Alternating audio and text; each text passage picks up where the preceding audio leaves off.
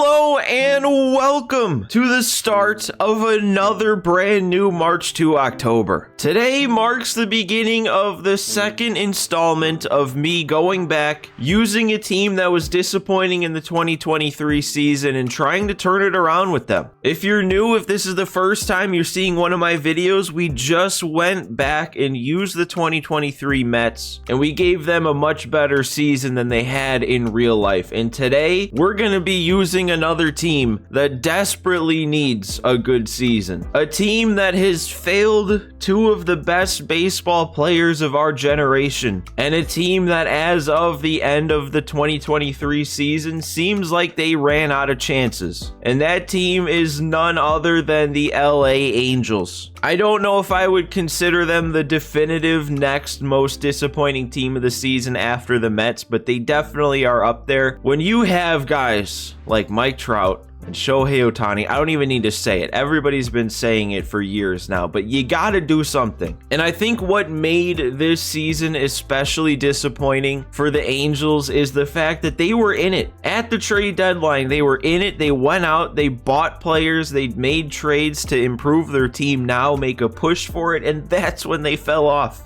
After they made the trade deadline trades is when they got worse. It was really the first taste of any sort of push towards a playoff berth over the last couple seasons of the Shohei magic and all that, and it just crumbled to pieces quicker than I think anybody could have expected. But for our version of this season, nothing's gonna crumble. We're gonna take this team led by Shohei Ohtani and Mike Trout, and we're going to give them the season they deserve. So let's go ahead and complete this selection here. We got to play on legend difficulty like we always do. And it is time to get started on the 2023 redo season for the LA Angels. And all right, here we go. Opening day in Oakland, taking on the A's here. And man, what I remember about this game is I switched it on pretty much right at the time when that Hunter Renfroe catch was made. If any of you guys remember that no-look catch from Hunter Renfroe out and right. And I don't know,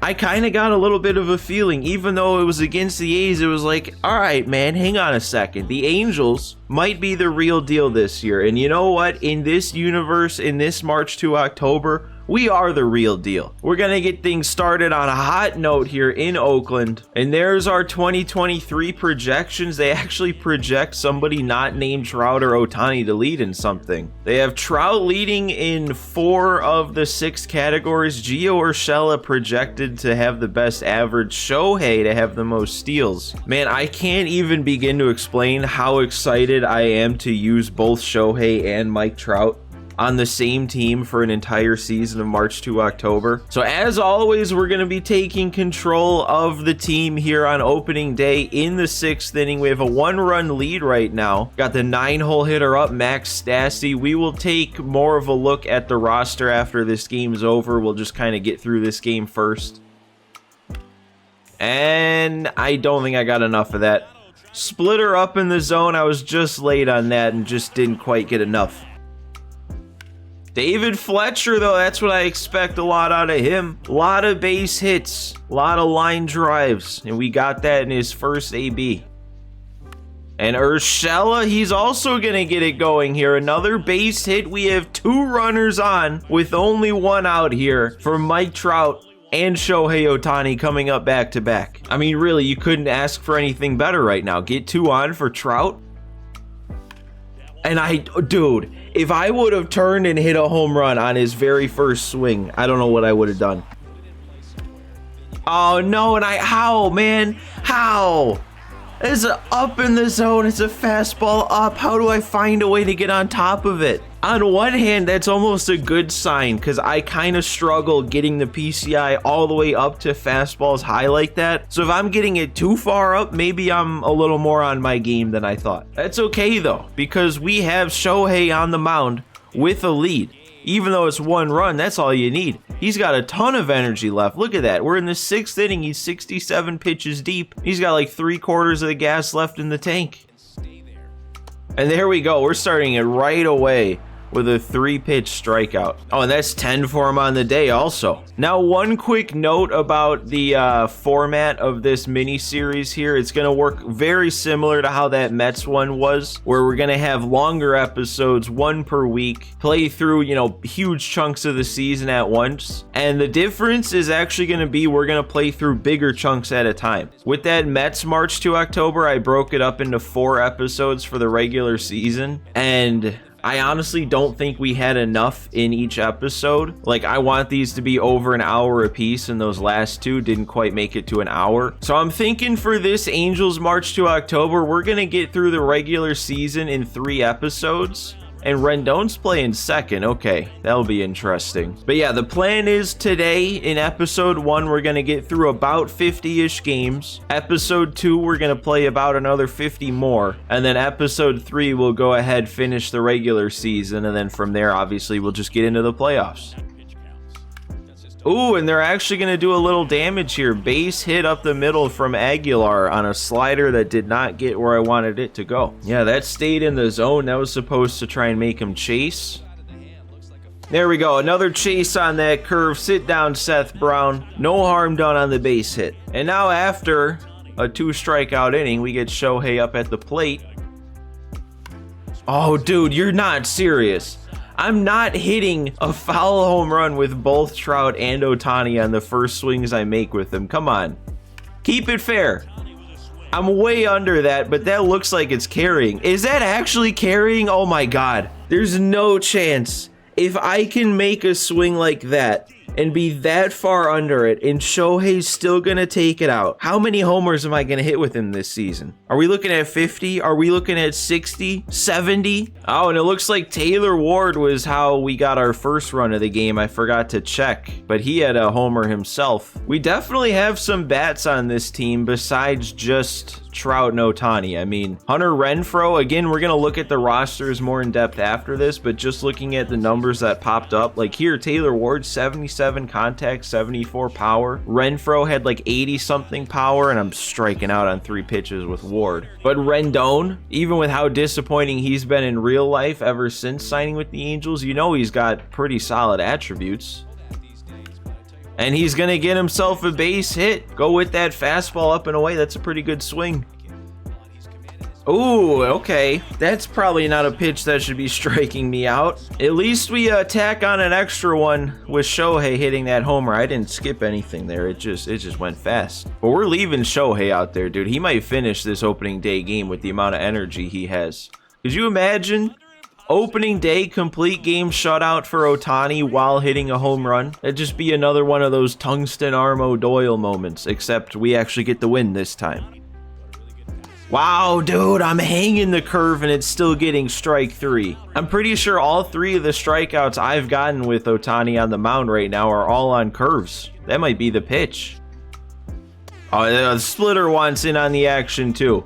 3-pitch punch out of Laureano. Ohtani's rolling on the mound, and they're going to the bullpen here. Domingo Acevedo. Oh my God, I can't hit anybody's slider right now. And then I'm popping up the first pitch with Fletcher. And Urshela, another solid swing, but I'm on top of the fastball at the top of the zone again. That's new. That is not something that happens often. Oh man, another one on the splitter, another 3-pitch strikeout. I know it's the A's, but Ohtani is looking automatic right now. There we go, 3-2 splitter again. That's 3 batters in a row sat down on that pitch. Ooh, okay, Tony Kemp wants a 2-out base hit. Sounded like a perfect swing also. Oh, Drury's there. Nice play. Through 8 innings, Ohtani still got the shutout going. I want to finish it with him, so I want a little bit more insurance. We got one more time here of seeing Trout and Ohtani hitting here on opening day. Let's get us that extra run I was talking about. And Trout, that's going to get caught, isn't it? No, it's not. It's going to get down. All right, there we go. First Trout hit of the season for me. No, that completely fooled me. He's got a good circle change. God, look at that. Another circle change getting me there. That one got me swinging. And then see that's what those high fastballs typically look like. I'm just barely under it with good timing. Not gonna add any more on. A 2-0 lead's gonna have to do it for Shohei. Still in the green energy, 107 pitches in. Should have plenty left in the tank to finish this thing. And that is a nice little cue shot down to Drury at first. 2 more. There we go, another curveball punch out. What are we up to? Is that 16? It's 16. There's strike 2 on the slider. I want a splitter. I want that to be the pitch that ends it. And we're gonna get just that. Perfect splitter. Maybe the best pitch of the day right there to finish it. That is a 17 strikeout, complete game shutout on opening day for Shohei Ohtani with a home run on offense. And maybe the most impressive thing out of all that is, are any of us shocked anymore? Even though I maybe didn't get as much going on offense as I would have liked to, that's still a great way to start this season. Well, even better, because it's lying to me already. First game of the year. I think it told me I would have gotten 4 and we only got 3, but that's still a good way to start with the momentum. And this screen is making me realize that I may have forgot to specify back at the beginning of this video, but this, just like the Mets March to October, is just a 1-year deal. We're just playing 2023, so we don't have to worry about scouting at all because the draft doesn't matter if we're not continuing this past this first season. So we're just going to go ahead and leave that scouting how it is. From here, we're just going to set it all to auto, so we don't have to see this again the rest of the year. And now we're good to go. And we're going to play this final game against Oakland to try and get a sweep here. But first, we have a no-hitter opportunity. That's what's important here. Patrick Sandoval has a chance to complete a no-hitter. We got 3 innings to go, and if he does this, that is a 3+ boost to his performance for the rest of the year, which that would be huge. But then I know from finishing no-hitter moments before, we'd get 8 fireballs and pretty much fill that momentum meter to start the season. But before we get into that game, before we go to try and complete this no-hitter, like I said, I want to look over the rosters real quick, see what we've got working, maybe make some changes to the order. So we will take a look at the hitting first. We got David Fletcher, who honestly, those contact numbers aren't as high as I thought they were going to be, but I guess that makes sense looking back to his 2 last seasons. But then for now, we have Urshela playing third, Trout in center, Ohtani DHing, batting fourth, Hunter Renfroe, Taylor Ward, Anthony Rendon, Drury, and Max Stassi catching. So we have a lot of righties. I mean, this is our lineup to face righties, and the only lefty in the lineup is Shohei. Against lefties, well, this is interesting. We actually sit down David Fletcher, even though he's better against lefties, but that's because we bring in Rengifo, who he's a little bit better overall against lefties, I'd say. Wow, 87 contact, 83 power. And then also this lineup against lefties gets Logan O'Hoppe starting. He's a little bit better against lefties. I guess Stassi is better against righties. So that'll be, I mean, it's not a great platoon there, but at least we have, you know, somebody a little bit better at facing lefties to face a lefty and somebody better at facing righties to face the righties. We also have lefties Matt Thaiss and Jake Lamb and Brett Phillips on the bench. So we must have one fewer pitcher on this team, don't we? If we have 5 bench bats. But then let's see what this team's looking like attribute wise, because I didn't really pay any attention to that. We got Urshela with real nice contact numbers. Not great in the field though. I thought he was a little better than that fielding at third. And then obviously Trout, just insane. And maybe the best part is, I know it shows a little bit of regression here, but in both of the March to Octobers I've played this year, Trout's actually gotten better in this first season. Like he's progressed. His attributes get better throughout the course of the year. So I'm really looking forward to what kind of season he can put together with already every major hitting category really up over 90. See, and the same thing here, it's showing Shohei regressing slightly and now he's a 98, but that's kind of fake. For some reason, every start to a new season in April, you either see no progression or slight regression, and then it all like goes away when the month changes to May. So I'm not worried about this, but offensively, good enough contact, and then 94, 85 power, 71 clutch. Obviously Shohei Shohei's going to be a good hitter too, but the pitching numbers are crazy as well. 99 clutch on the mound. Hunter Renfroe, honestly, this is just like a righty Ohtani, if you think about it, at the plate. The clutch, I guess, isn't as high, and obviously he's not as fast, but like the contact is low to mid 60s, the power 81, 92.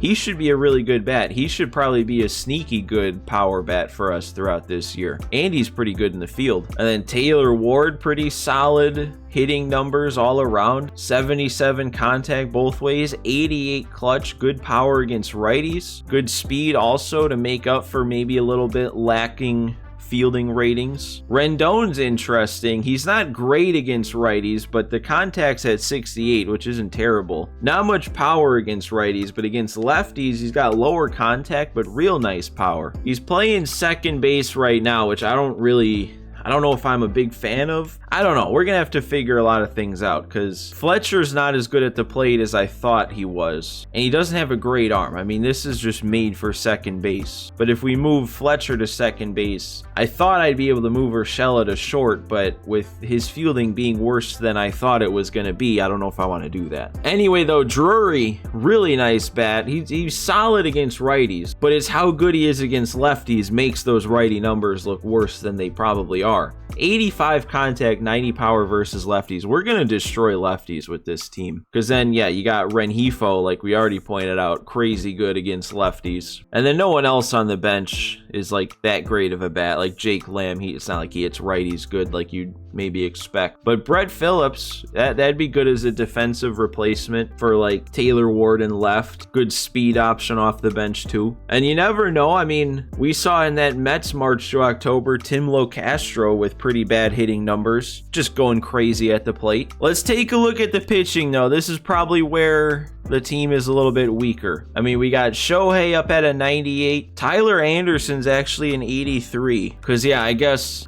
it's tough to go back to the mindset of these being like the pre-opening day rosters. Because Tyler Anderson did have a really good year for the Dodgers the year before. So yeah, he's an 83, and it looks like we've had back-to-back complete games because he pitched 9 innings. Then it's Patrick Sandoval, who we have a chance to throw that no-hitter with. Detmers and Suarez. That's actually not a terrible starting rotation based on the overalls. Especially like Sandoval with a B potential, 26 years old. He'll be up over an 80 overall before you know it. Detmer's at an A potential. I'm sure he's also going to finish the season at or above an 80. And then even Suarez, B potential. We could have a full 80 plus overall rotation by the end of this season without even making a move. So then yeah, pretty much just like every new March to October you start, the weakness is going to be out there in the bullpen. Carlos Estevez is only a 67. We got a couple more guys in the 60s. Honestly though, this still isn't even as bad of a bullpen as you might think. There's no like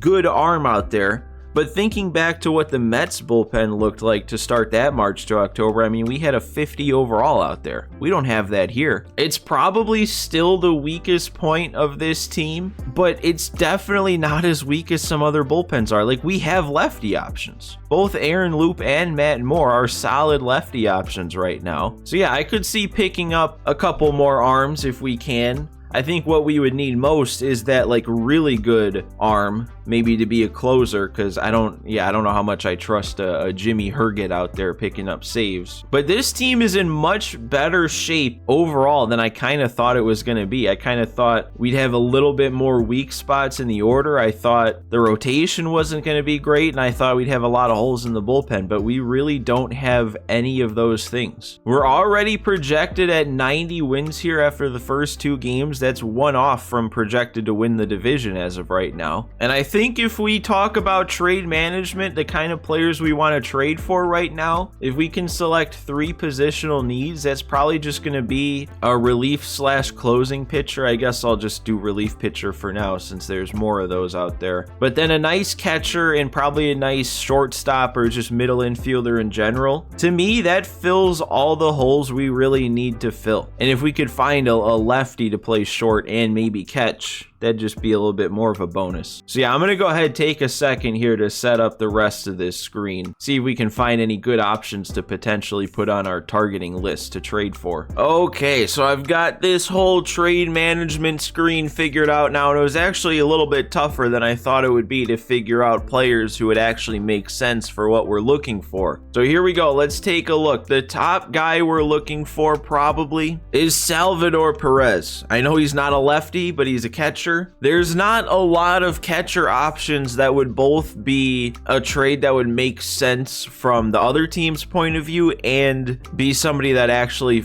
makes sense for us, and Salvador Perez is one of those few. 83 overall for the Royals. Not great fielding, but like I also don't really know how much the fielding rating itself actually matters for catchers. Like he's got a solid arm, great arm accuracy, and the blocking is at least 58. So I don't know, man. I don't know. He's a great bat, and that's what we'd be trading him for, is adding another really nice bat to this lineup. And the other catcher I found that could actually be a decent trade to make is Yasmani Grandal, as weird as that sounds. I mean, I don't know. I haven't paid attention to him in my other March to October to see how fast he regresses, but he is only 34. So you would hope he wouldn't get down much further past like a 73 or even a 72 by the end of the season, but he's actually good still against lefties. 70 contact, 74 power. He'd definitely be an upgrade in that lineup to face a lefty. Against righties, he's a little bit worse than Max Stassi, but we also would have Grandal flipped around from the left side of the plate versus going righty-righty with Stassi, and we'd also have 99 discipline on Grandal, so he's going to be getting on base a lot more than Max Stassi would be. So if we do trade for Grandal, it might not be the most flashy trade, but it probably wouldn't take much to get him, and it would be an upgrade to the catcher position just fully. He'd be our starting catcher. We're also looking for a big arm out of the bullpen, so I went looking for closing pitchers. The first one that caught my eye was Camilo Doval from the Giants. I was actually surprised he's only a 78, but I guess he's actually probably a 79 because his K per 9 has gone down 1 and that's knocked him down. But yeah,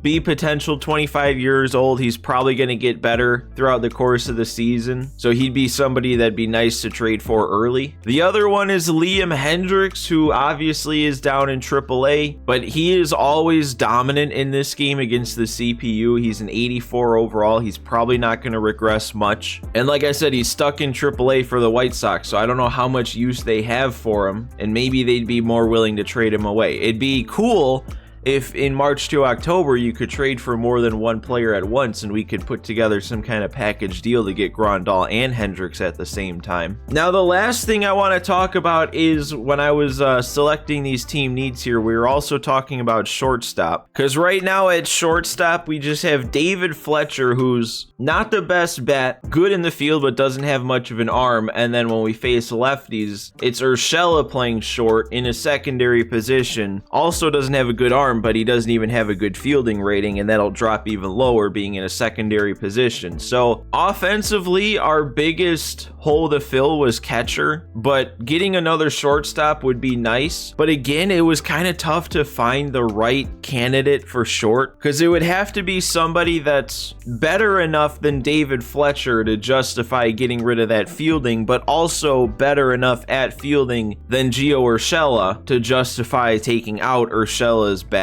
against lefties. So we don't have anybody we're targeting right now. I do still have it on the positional needs in case anybody pops up, but what I'm thinking is all three of the best fits came from the same division, and that's the NL Central. You got Tommy Edman, you got Willie Adames, you got Dansby. So the reason I'm waiting is I'm kind of thinking I'll wait and see which team falls behind out of those three, and whichever team falls furthest behind is probably going to be most willing to trade their good shortstop. Like, I know we're sitting on the Dansby one right now. That's not very realistic, because as of right now, he just signed that long-term deal with the Cubs and he's played in 3 games. So like, they're probably not looking to move him anytime soon, but you never know.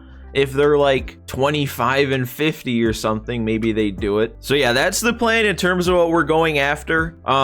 I'm kind of hoping that we get our big reliever option early, and then maybe after that we can kind of work on strengthening the depth of the bullpen, even though the depth of the bullpen is already pretty solid. But this team does not have as many weaknesses as I thought. And let's talk about this team from the players to shop screen. So first of all, the players I have to shop, we have Kai Bush, Zach Neto, Bryce, and Adrian Placencia, Teodosio. Maybe there's no way that's right. But it's just some of the better prospects, I guess. And you might be thinking, oh man, Zach Neto, maybe he could get a call up or a fast track, but no, that's not going to happen. Because in my experience, the only people that get fast tracks, get call ups, are the players that are on the 40-man roster, and Zach Neto is not on the 40-man roster. So just from my experience playing March to October, he's stuck. We don't have any shot at getting Zach Neto up on the team this year, so we may as well shop him around, see what we can get for him. And in terms of people in the minors that could actually make a difference, there's not many. To start the season, Jared Walsh is down in AAA. He would be a nice lefty bat to get back up, like 72, 75 against righties.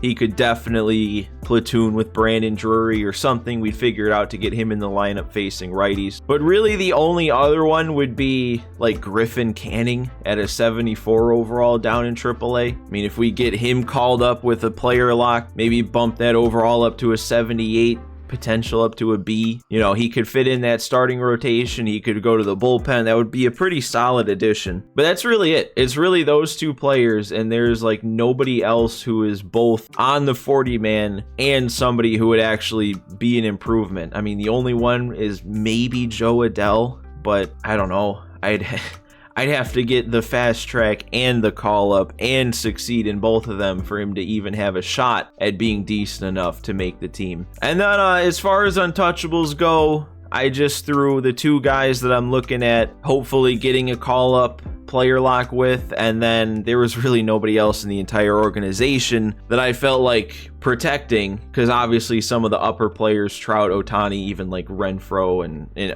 all these top guys, if they pop up in a trade, I just wouldn't do the trade, so it's not worth protecting them. But I just threw in Detmers and Suarez so that they don't even pop up in trades, just because they're a little bit lower of an overall. I did change the lineup around a little bit against righties. We have Taylor Ward leading off now. Honestly, the rest of it might be the same. Maybe I moved Drury up over Rendon. I don't really remember. Against lefties, I got Drury leading off. I don't know.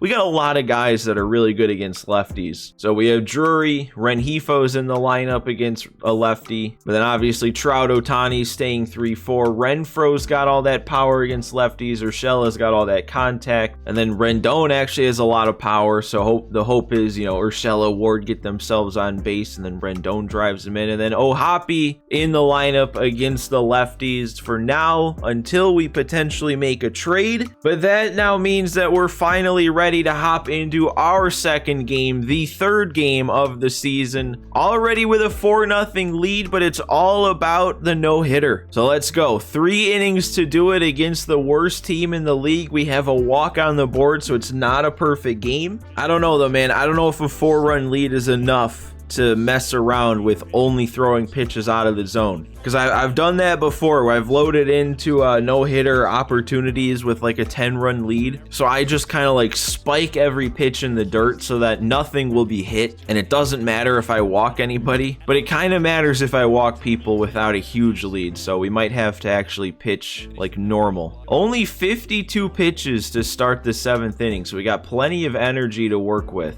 I swear though, man, I mean, we're sitting here on a 2-0 count. The CPU always dials it up a notch whenever it's one of these no-hitter player locks. And that's actually...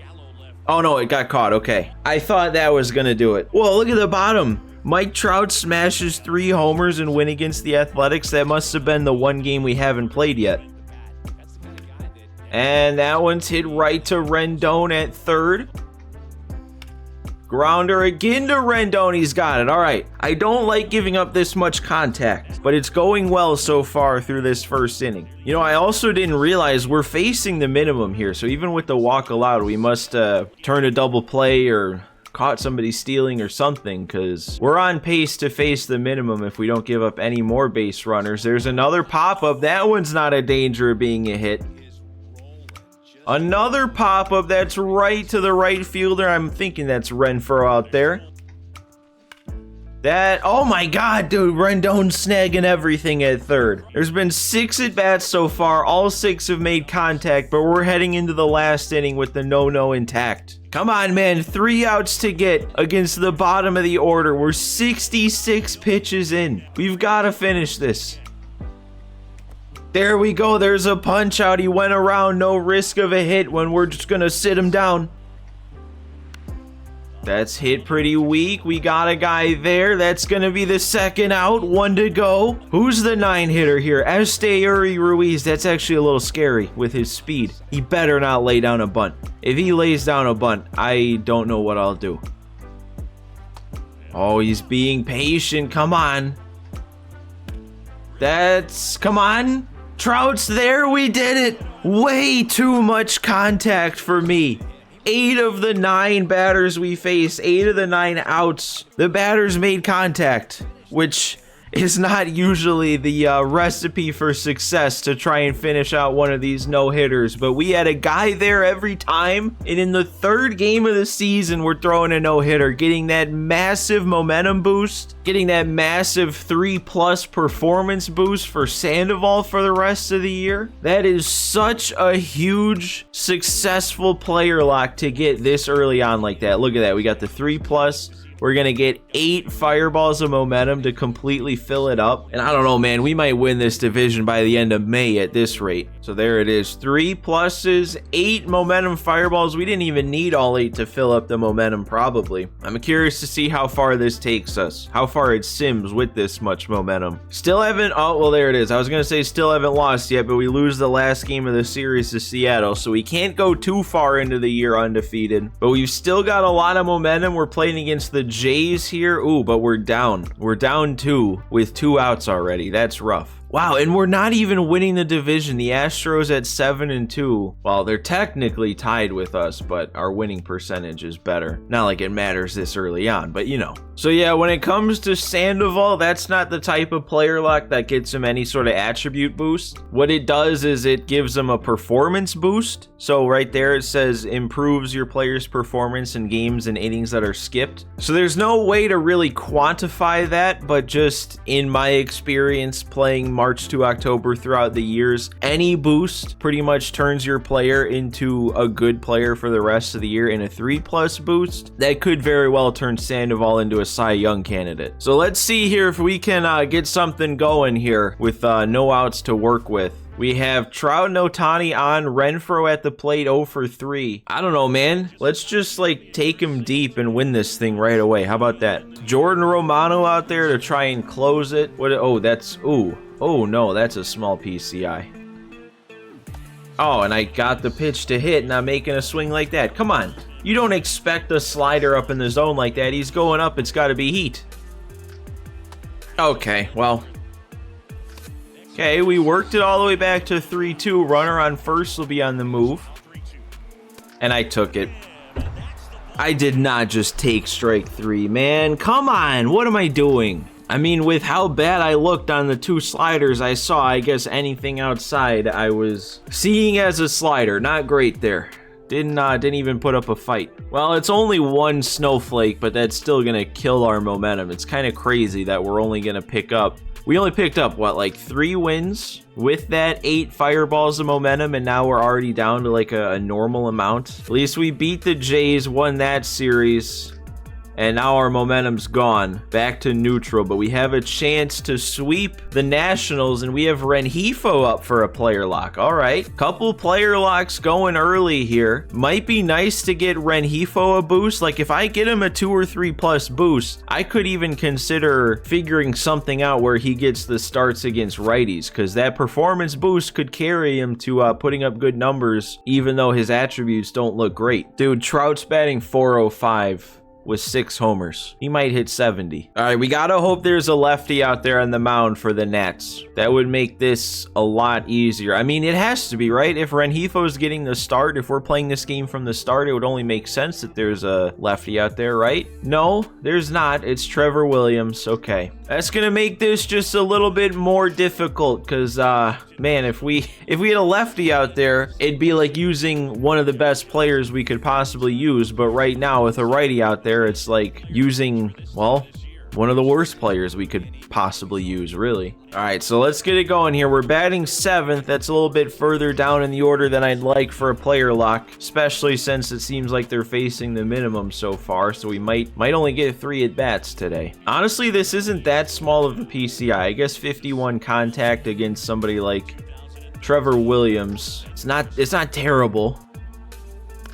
And that was not a good pitch to swing at. That was a very good pitch. Not a good pitch to swing at. And yeah, it's already the 5th here for our 2nd at bat. Trevor Williams out there with 56 pitches.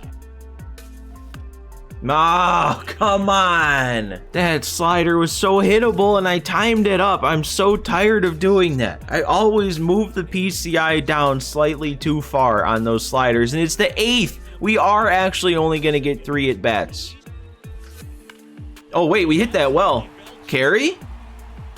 Okay, just off the bottom of the wall, but it will be a double. 1 for 3 with extra bases when the rest of the offense isn't doing anything. That could definitely lock us up a boost, at least a 1+. It would have been a little bit nicer if that carried a couple more feet and was a go-ahead homer.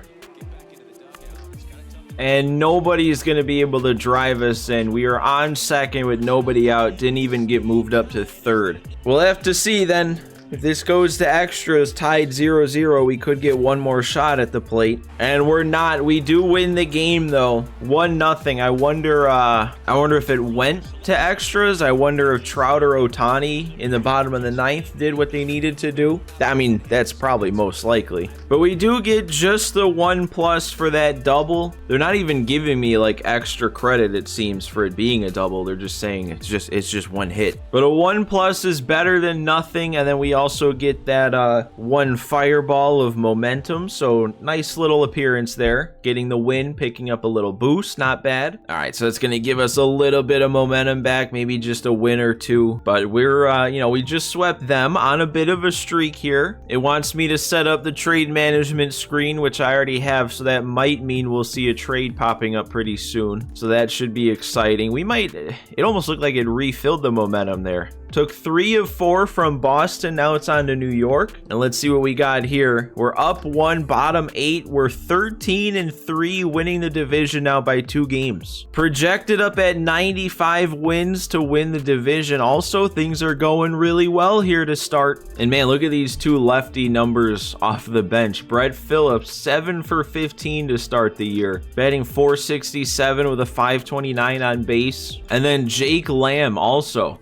He's 6 for 10 with a bomb. Oh, and man, I just realized earlier I said we must have 1 less pitcher because we have 5 guys on the bench. Completely forgot about Ohtani, didn't I? That's the advantage you get with Shohei in the starting lineup, is it's basically like you have an extra player on the roster. But let's get into this game against New York. All we got to do is close it. But this is the exact type of situation that we need to make that trade for either Doval or Hendricks for, because with a 1-run lead, I really don't feel confident about the ability to finish this game off. And Judge is out there right now. Oh boy.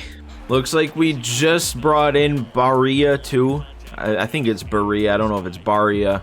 Barria. I'm going Barria. And I'm going inside. I'm challenging Judge. Or not, maybe, I guess.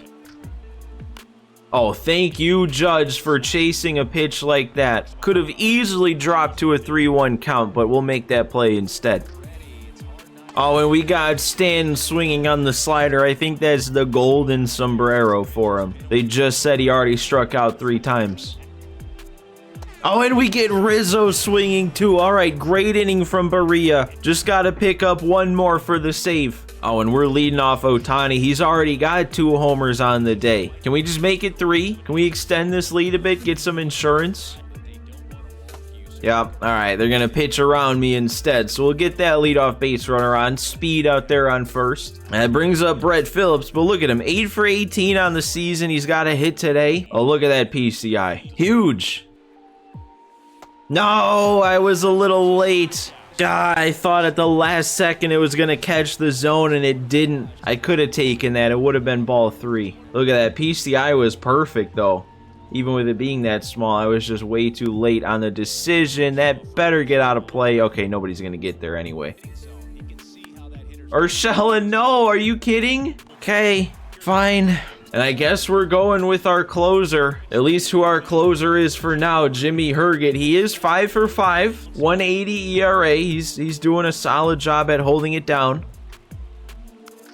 Come on, Urshela, we got to make this play. Got the meter, he's got it clean, and we do. Anytime we have Urshela playing short, I am going to be worried. And, of course, it's got to get hit to him again. There's no way this play is made. That sucks. We got a weak grounder, and it's going to get him that tying run on first now. Grounder, no, that's... that was hit so perfectly. Right back up the middle. Herget couldn't even knock it down. Oh, Herget, come on. We're not down 3-1 here. No, another grounder. Why is Fletcher playing left? He's got no arm. Even a perfect throw won't get him. I was gonna say something like, oh, this is it. This proves why we need our closing pitcher. And I guess it still does. But even with that, what has Herget done wrong? He's got nothing but weak grounders. They're just all hit in the worst possible spots. And then, of course, for some reason, David Fletcher's out in the left right now. So we have no hope of throwing anybody out trying to score. Okay, that one is going to be caught, I assume. Yeah, okay. We kind of need to get LeMahieu out right now, because if we don't, that means Judge is coming up with the bases loaded. Another weak grounder. Why do I feel like we're still... Okay, we got it. He just wasn't quite fast enough. All right, we got Fletcher up with that runner on second. Do I want to bunt him over? Hang on, let's think about this. Fletcher does have 88 clutch, so he's pretty good at the plate right now. So maybe I just want to be swinging with him. That's not going to drop in, is it? He hit it too well. All right, I think we're going to stick with Rendon also. That... I don't think that has enough to get past Judge. No, it doesn't. We got a first pitch hanging slider, and I was a little late on it. Okay, wait, yeah, we got to take out Ohtani. I almost forgot. We're going Taylor Ward here. He's got 88 clutch and good power against righties. Come on, that's not going to get through. Why did he hit it so weak? And then, I don't know, man. I guess I'm relying on Ryan Tepera to get us there. I obviously don't have a great feeling about this. We have that runner on second, Judge up, Stanton to follow, and I'm hanging sliders right away. That's going to do it. First pitch. Couldn't even get past him. So, yeah. We need a closing pitcher. I mean, I can say, like I said, that it's not like Herget did anything wrong. He got weak contact, but no contact is better than weak contact. And with a guy like Liam Hendricks, maybe he comes in, throws some gas, sits everybody down on strikes, and then we don't even have to worry about making plays on defense. And look at that. I forgot that we were winning. So yeah, it's going to be a lot of momentum loss. We're off to such a good start this season, and now we're flipping, to a big negative. I didn't think it'd get that big. Well, this is going to suck. This is going to be a really unfortunate sim. At least we can still beat KC without positive momentum. And then we're getting a chance to play Oakland. Okay, that wasn't as bad as it could have been. I think we only lost 3 out of 5. So we're still winning the division. Still 15-7. But now we got to put something together against Oakland. We have 2 on already. Only 1 out. 3 innings left to do it. And I don't know why, but I have a feeling we're going to see our first trade pop up after this game. Maybe that's just wishful thinking on my part. Oh, I've never seen this before. I was just about to say, it looks like their starter's still out there, but they're taking him out after we load into the game. And they're going to a righty, Adam Aller. Might want to think about pinch hitting right away then, because it's Logan Ohtani up here. We do have a runner on second, so it's the clutch, and Ohapi's clutch is even worse. And you know what? We'll go to Fletcher. He's on the bench today. 88 clutch coming off the bench with 1 out, 2 on. Base hit would be huge. This is a big spot. No, dude, that's... Wait, it might drop. Oh, it's dropping. Okay. Got lucky there that he got maybe the worst reaction I've ever seen on a ball hit basically right to somebody. All right, Drury, come on. Base is loaded for you. Drury, that's getting through. All right. We got the lead, and we still only have 1 out in the inning with the bases loaded. Rengifo, that might drive in another run here. I'm going to test it. 36 speed. Doesn't look like a good arm at all. Way offline. That's a 3-1 lead now. We've done exactly what we needed to do here, even without the greatest swings and a little bit of luck. But now it's Trout. Now we can make a big swing to really put this one away. He's at 10 homers already. Oh my god, dude. Oh, I hit it too well. Okay, I thought that had a chance of getting down, and then it was just destroyed long enough to make it right to him. It's okay, we have the lead, and it's a 2-run lead, so a little bit of cushion built in for these last 2 innings on the mound. Looks like we gotta take out Sandoval, though. He doesn't really have energy.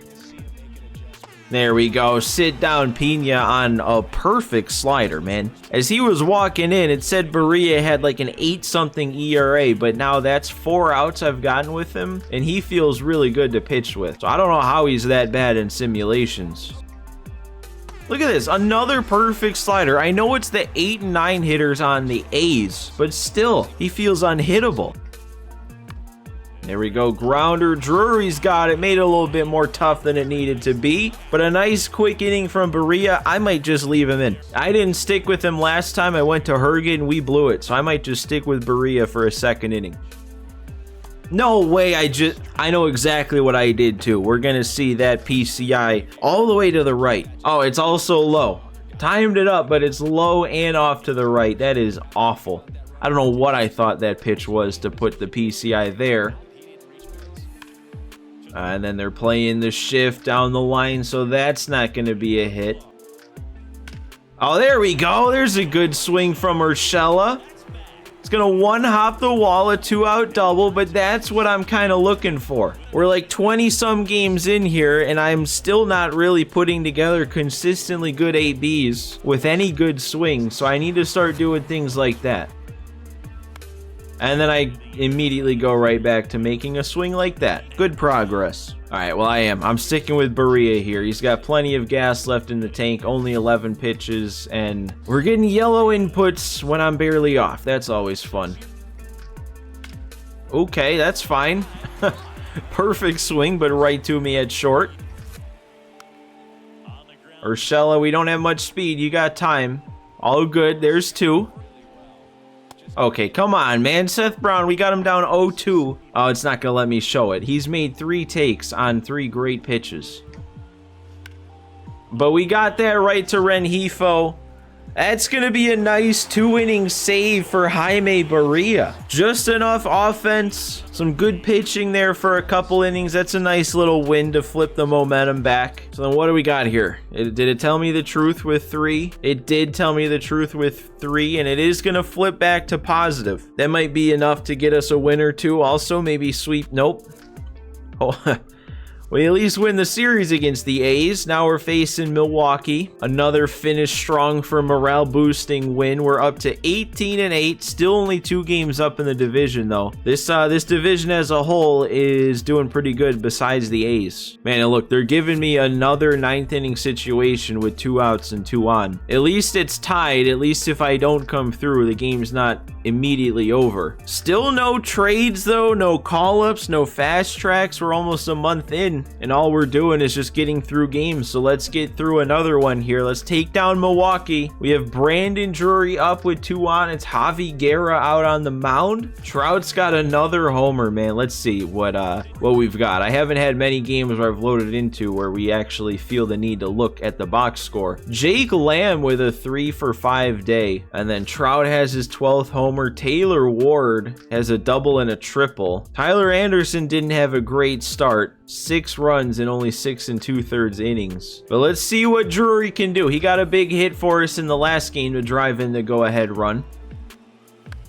And, oh man, I thought that was getting over his head. I was all prepared to say, and he's going to give us another hit to drive in the go-ahead run, but that had nothing behind it. Well, that was quick, and now we're pitching. Now we got to prevent the walk-off. Do I want to leave Andrew Wantz in? Okay, it is going to let me warm up a lefty immediately. That'd be a better matchup for the first two, but then Brasso would be scary. I think I might be more scared of Rowdy against a righty, though, than Brasso against a lefty, so we're going to go Aaron Loop. It's my first time using him this year. He's made 2 appearances. They don't look like they've gone all that well. Oh my God, look at Loop making plays. You're telling me Loop can make that play, but Jimmy Herget in the game against the Yankees couldn't just stick his glove down and knock the ball down? That's play of the year so far. Oh, he did not hold up on that. Yeah, ring him up. And yep, Brasso's going to do damage. At least we already have 2 outs. It's only a double. Well, hopefully it's only a double. He is going for 3. Free out. Thank you, Brasso. All right, now it's Rendon with that free base runner out on second, looking for a big swing. He's having a good year looking up on the board there. Almost a 400 OBP. Okay, we'll lead off with a walk. Doesn't help much in this situation, just sets up a double play. Okay, you know what? I'm making a move here. They had Fletcher starting at short. They pinch ran for him and then brought in Rengifo to play short. But against the righty here, I'm going to bring in Urshela. Okay, it's a little bit better of a matchup. And he doesn't want to throw strikes. That walk's going to load the bases. That one does help. Max Stassi, the 9-hole hitter. All you got to do is get it in the air. Oh, and he's just going to go ahead with the perfect and clear the bases himself. Or maybe I shouldn't send 30 speed home. We'll take a 2-run lead. Still nobody out. 2 in scoring position. Max Stassi comes through. What a swing, dude. That was destroyed. And they got to go to a new arm now. Gus Varland. What kind of damage can we do against Gus? Oh, not a ton of damage because that's weak. I'm going to try and go, though. That's deep enough. That's close. We're in, though. Oh, my God. That was actually a lot closer than I thought it would be. Should have moved Stassi up to third, though. I forgot to do that. Oh, no. I was going to say I was just under it. I wasn't even under that. It was a little early. That's the only issue with that swing. They're intent. Wait. I was going to say that makes sense, but they're just walking Trout to bring Ohtani up, so that doesn't really make sense. Come on, Shohei. What are they doing? Walking Trout to bring Shohei up. Let's show them how dumb that is. Well, might have been pretty smart, actually, because I guess I can't go the other way on sliders. Couple of pretty decent swings on outside sliders, and we don't get anything out of it. All right, I'm leaving Loop in to face Winker. Lefty-lefty matchup. Let's throw strikes, though, man. Let's throw strikes, though, man. Okay, I'll take it. Don't really care about that runner. We care about outs, and there's one. I'm trusting Berea to get the final 2 outs, though. What? Okay, that's strike 3. We're good. Good pitch. There we go. Drury's got it. He makes some plays look a little bit more difficult than they should look over at first, but that's going to end the game. That's a nice little win. 3-run, 10th inning to lock it down. Kind of finesse that extra fireball by going to extras, right? We do get all 4. I was thinking maybe it was lying, but it wasn't. That's a pretty solid momentum ball there. A little bit more than I thought 4 would do, and then we still lose the next game. We're on to May, though. We're into the 2nd month of the season, and we finally get our first trade popping up. But before that, we had 2 losses there in, like, was it 3 games? It was either 3 or 4 games. That shouldn't be happening with the amount of momentum we had. The first offer, though, is Josh Rojas from the Diamondbacks for really nobody, but I don't really see what this would do for us. So we'll go ahead and pass on that. We'll go to Tampa. What do they want to offer? Zach Eflin. And they want him for 2 of the guys that I'm shopping around. I don't know if he's that good. Starting pitching is not really something I feel like we need. And he's not really much of an upgrade anyway at 78 overall. So yeah, I feel like if we're going to trade away 2 of our better trade pieces, honestly, we don't have many trade pieces. So it might be better to try and save these guys for a trade that would fit us better. better. Even though this wouldn't be a bad trade, it might even boost the bullpen a little bit, like if I moved somebody to the bullpen, or even Eflin himself. But yeah, for not that big of an upgrade, I don't really want to do it. What about the Orioles? Orioles want to give us Ramon Urias for really nothing. I wouldn't really care about giving up any of these guys, but I don't know.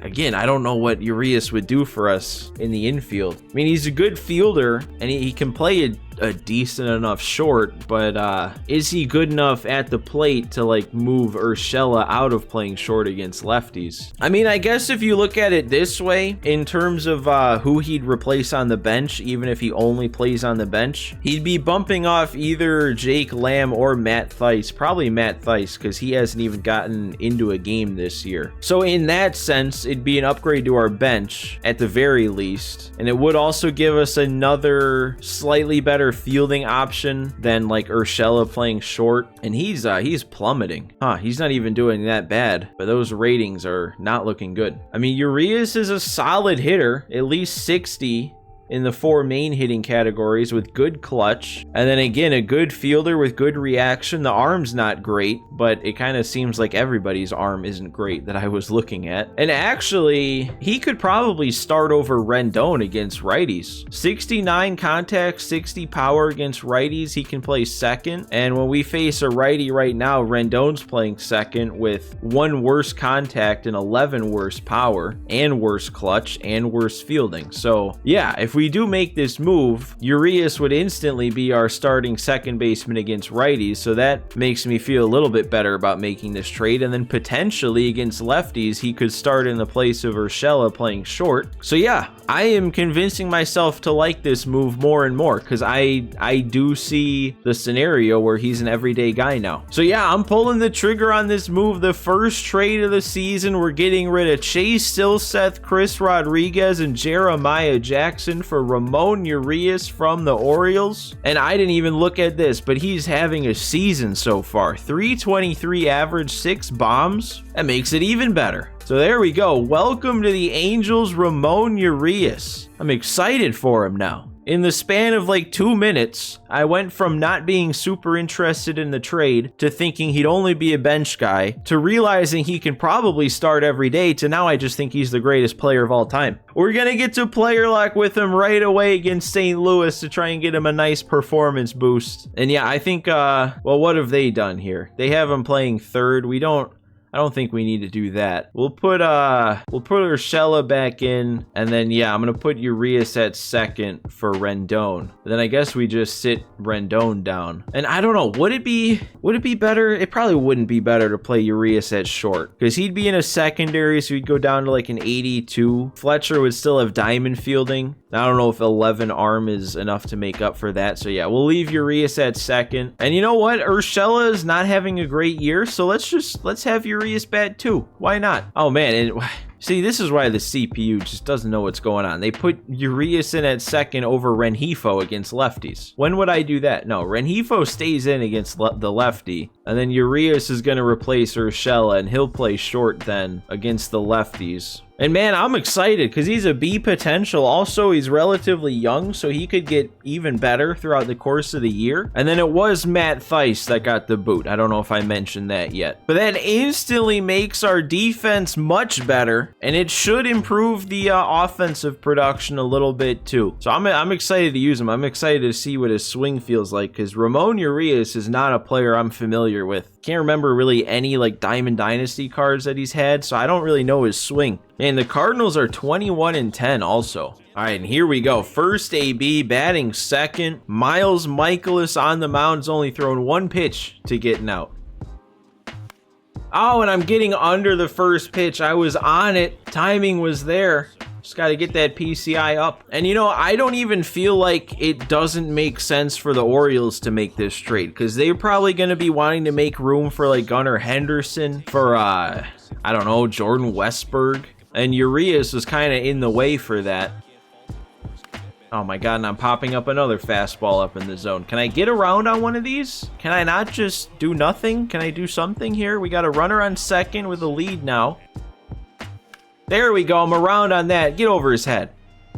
It will get over his head. That's extra bases. Not going to drive in the run because he couldn't take off before he saw that get down, but we will take a double. Oh my God, they're walking Trout again to get to Ohtani. They're loading the bases for Ohtani. And Ohtani's actually, come on, man. He grounded into a double play. And now we're losing. It's still Michaelis on the mound. Hasn't given up any more runs, so that Ohtani double play was huge. Ew. Come on, man. A fastball right there and you time it up. You gotta make a good swing. Why am I... Okay, we have another at bat. I thought that was gonna be it, but we have the lead now. 2 outs in the 9th. New arm out there on the mound. We get to face a lefty. That could go. That could leave. Ramon Urias? He is going to go into the bullpen. We had one more shot to get a big swing with him, and we did just that. 3 more insurance runs in the 9th inning, his 7th of the year, and he's going 2 for 5 with a double and a bomb in his team debut. That should lock up.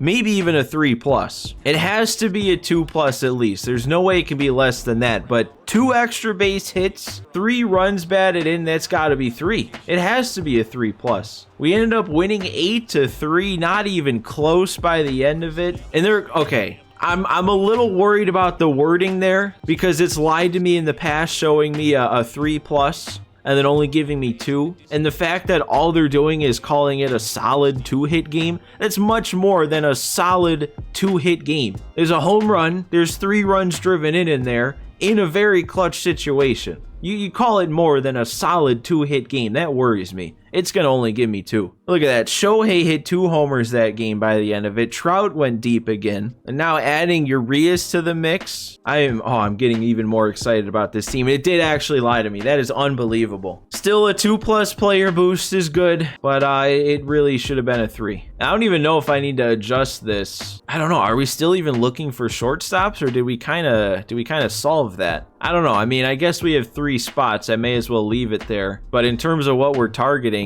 not really looking to change this. Man, they are destroying Liam Hendricks, though. What's that all about? All right, let's just continue simming then. We get the Rangers here. Are we going to handle them? 3-game sweep. Now another division rival. And, okay, a fast track. For a shortstop, Livan Soto, 63 overall C potential, lefty bat with pretty solid contact against righties already, and that's what fast tracks do. These attribute boost player locks, they always improve contact more than anything else. So if we're successful in this, we could be looking at low to mid 70s contact against righties. I doubt I'd call him up, though. Like, if we didn't just trade for Urias, there would be the potential here to call this guy up if we succeeded. I guess there still is that potential. Like, I know Jake Lamb is putting up pretty good numbers, but rating-wise, he's not great, and he's not getting any better. So even, like, right now, Livan Soto might be a slightly better bat, and he's definitely better in the field, but with an upgrade, I could see calling him up over Jake Lamb. Well, we know we're at least going to play the fast track, so let's go ahead and proceed with that. We're going to get to dip down into the minor leagues for the first time this season, see what's going on down with the Bees. He's only batting .207 so far this year, which is a little surprising with how good his contact was. But we are up to a 27-10 record with 97 projected wins, up to the 5th ranked team right now in terms of the attributes, batting .290 as a team, slugging .516. And yeah, I guess those slugging numbers make sense. Trout has 15 homers. We're a week into May. Trout's at 15, Ohtani's at 13. I want to see both these guys hit 50. I gotta see over 50 homers for both Trout and Ohtani. Drury's at 9, Urias is now up to 9, Ward's at 7. I guess the rest are kind of mediocre, but everybody is kind of getting in on it. Even Fletcher. And man, we're on this screen already. May as well do a quick look at all of our stats here. The pitching is even holding pretty strong. It's Patrick Sandoval. We got the no-hitter with him. We got the 3+ boost, and he's our worst pitcher right now. I said he was going to be a potential Cy Young candidate. 3.91 ERA, though, for your worst pitcher is a very good thing. Bullpen even looks like it's doing pretty good. I mean, the highest ERA is still Berea but he's like my favorite arm out of the bull. Oh no, I missed Moore. Matt Moore has a higher ERA, but like I was saying, Barria is like one of my favorite arms to use right now. And Andrew Wantz at a 68 overall has, what would that be, 1 run? Just the 1 run allowed? Yeah, 1 run allowed in his 14 1/3 innings. Let's see what Livan Soto has then for us. Because yeah, like I was saying, I might see a chance to bring him up. Like if we get plus 10 contact or plus 8 or whatever it's going to be both ways, he definitely could be a better bench option than Lamb. So here we go. We're the leadoff batter, so that gives us as many chances to hit as possible. And I swung right away. That's probably not what you want to do. Roll over on the fastball on the first pitch. Come on. There we go. There's a base hit. Worked it to a 3-2 count. Very nice swing on that inside fastball. That was a good AB. I really like that one. All right, we got our next AB here with runners on. I forgot to even look at what his clutch was. Well, what is it? Yeah, that's struggling a bit. Only 48 clutch for Soto. Come on, drop in. That's hit weak enough. That is going to drop in. That's going to be an RBI. Probably could have... Yeah, I could have moved up to second, but we'll take it. RBI base hit, 2 for 3 here in the 5th. I mean, we're already at a solid 2-hit game. That's going to get to the gap. No, it's not. Okay. I was pretty confident that didn't have a chance of getting run down when I made that swing. A little late on that. Would have liked to turn on it. Thought it was still going to be good, though. Oh, and that's it. I kind of thought we'd be getting another one. But hey, we'll take it. 2 for 4, run driven in. Solid swing there in the last AB, even if it was an out. I'm sure that's going to give us a plus and an attribute increase. We lost 14-2 by the end. Yeah, they're calling that a solid 2-hit game also. That is definitely the exact same type of game as a double, a homer, and 3 runs driven in. But when you're down here in the minors for a fast track, it's not a 1, 2, 3 plus situation. It's either a plus or no plus. So 1 plus is as good as it was going to get, but a 1 plus means that we did secure an attribute increase. So now if we see a chance, if they give me a chance to call Soto up, I might take it. I might call him up and give him Jake Lamb's bench spot. Even though Lamb's playing pretty good, I don't know if I trust that, you know, with how bad his ratings are. And they're giving me a chance to call him up. We got him up to a B potential. We got him up to 75 contact against righties and then 61 against lefties. The vision and discipline went up a bunch too. Clutch only went up 2. Everything else I think only went up 2. But yeah, I might have to call him up. Especially now that he's a B potential. I mean, if I succeed, if he stays how he is now, he's already going to be a pretty solid bench bat over Jake Lamb. But if I succeed in his call-up chance, get him another attribute increase, he gets up to a maybe 73, 74. Now we're talking a guy in the low to mid 70s with B potential for the rest of the season. And we got a lot of season to go. He could develop even further. I'm really liking this. And man, yeah, as much as the career renaissance of Jake Lamb is, Soto is probably already a better hitter. He's definitely a better fielder, and he's way faster. I know these are the numbers Lamb's putting up, which is the only thing that's making me not just immediately do this, is the fact he's actually playing well. But he's only coming off the bench anyway, so it's not like he's playing every game. It's not like we're going to lose his production big time.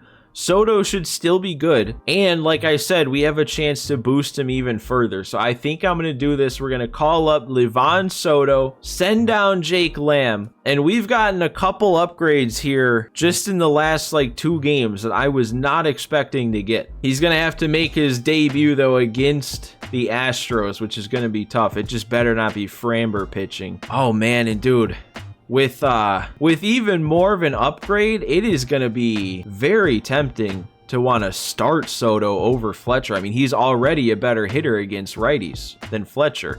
It's just the fielding. And I know the fielding's not what's going to get a big boost, but if we do get another big boost hitting, he might be better fielding enough, or he might be better hitting enough to make up for the lack of fielding. And we could also move Urias to short and put Soto at second, even though then they'd both be in a secondary.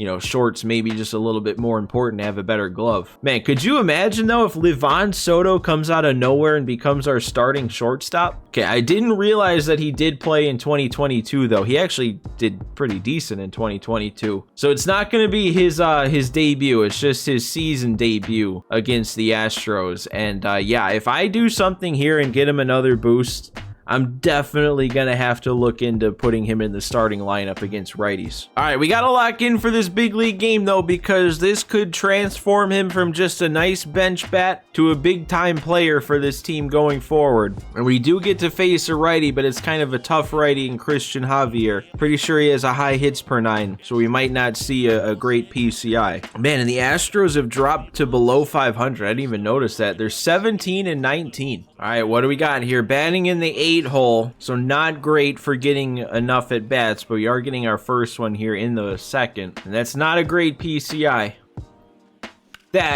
No, drop in. Come on, we can't be making a swing that good and not get a hit out of it. Oh no, that's big. And now it's all the way in the 5th inning for our next at bat. That's terrible, dude. I smoked that ball. No, and I'm rolling over. He's just going to tag me. I thought maybe we'd have a chance to get past him. God, dude, and we might only have one more at bat. Yeah, it's the bottom of the 8th. This is going to be it. Dude, come on. What am I supposed to do with that? Like, how am I even supposed to see that to a point where I can think, oh, I got to swing? Oh, that's just... Oh, we're getting another shot, though. Okay, hang on. It's not over yet. And then I swing first pitch and don't get around on it. I blew it. That really makes me mad. That very first swing. I don't remember how hard I hit it, but I smoked it. If that gets down, that might be enough to get us a boost with how bad the offense did as a whole. Well, I don't know, man. If you're new to watching me play March to October, it's kind of my thing to fail in player locks. So it was only a matter of time after doing a solid game in the Rengifo player lock, a really good game in the Urias one, and then a good one from Soto down in the minors. It was just a matter of time before I failed one, but that's just the most unfortunate time to fail one. Whenever the attribute increase is on the line, that's when you gotta come through and be successful. He's still gonna be good. He's still a young B potential that'll probably get up to, I don't know, maybe a 72 by the end of the year, but man, if we could have gotten another boost for him, that really would have turned him into something special. We're winning games, though, without momentum. I think we only dropped one, and it might have just been the game I played. I don't remember. Yeah, that was the only loss we had there. We won 5 more straight after the loss in my player lock, up to a 32 and 11. It's honestly still tempting to put Soto in at short because he's 10 contact better than Fletcher. Power's pretty much the same. I guess, like, I mean, he's got him beat on discipline. Fletcher has really bad discipline, but the vision's better on Fletcher and the clutch, and then the fielding, obviously. It's probably better. It's probably a better idea to keep Fletcher in. I mean, I guess there's a reason that he's a higher overall. Look at all these fire icons, though. We have a lot of players playing well. I mean, Max Stassi, who would have thought he'd be putting together this kind of season? Fletcher even doesn't have a fireball. He's still putting together a solid season at the plate. 270 average. Urshela's got things going again. Drury's up to double-digit homers. So is Renfroe, and he's turning around the average too. Shohei's up to 17. Trout's up to 18. Ward and Urias still batting over 300. Ward well over 300. This team, even on the bench right now, Ohapi's up over 300. Our catcher Platoon is looking really good. Luis Rengifo is on a hot streak right now. Got that average up to 274. Rendon's the only one disappointing, so I guess it's a good thing that we bumped him over to the bench. All right, we do have a difficult situation though here, and I didn't even really realize that, but we have another game where we're starting with 2 outs. We have a runner in scoring position on second. We're down 1. We have to come through right here, or else this game's over and the streak's over. It's Ohtani up with Trout and his speed on second, but Felix Bautista might be the toughest arm in this game for me to hit. So I don't know how I'm feeling. Try and stay optimistic though. It just takes one good swing. And we can't get it through. That's the kind of thing. That's why I have so much trouble facing Bautista, is I cannot tell the difference between his pitches. You gotta take away the heat, but he throws the splitter. Especially if he throws it there, you're gonna be out in front of it. Would have been better if I swung and missed. Would have been better if I fouled it off, but that's not gonna happen.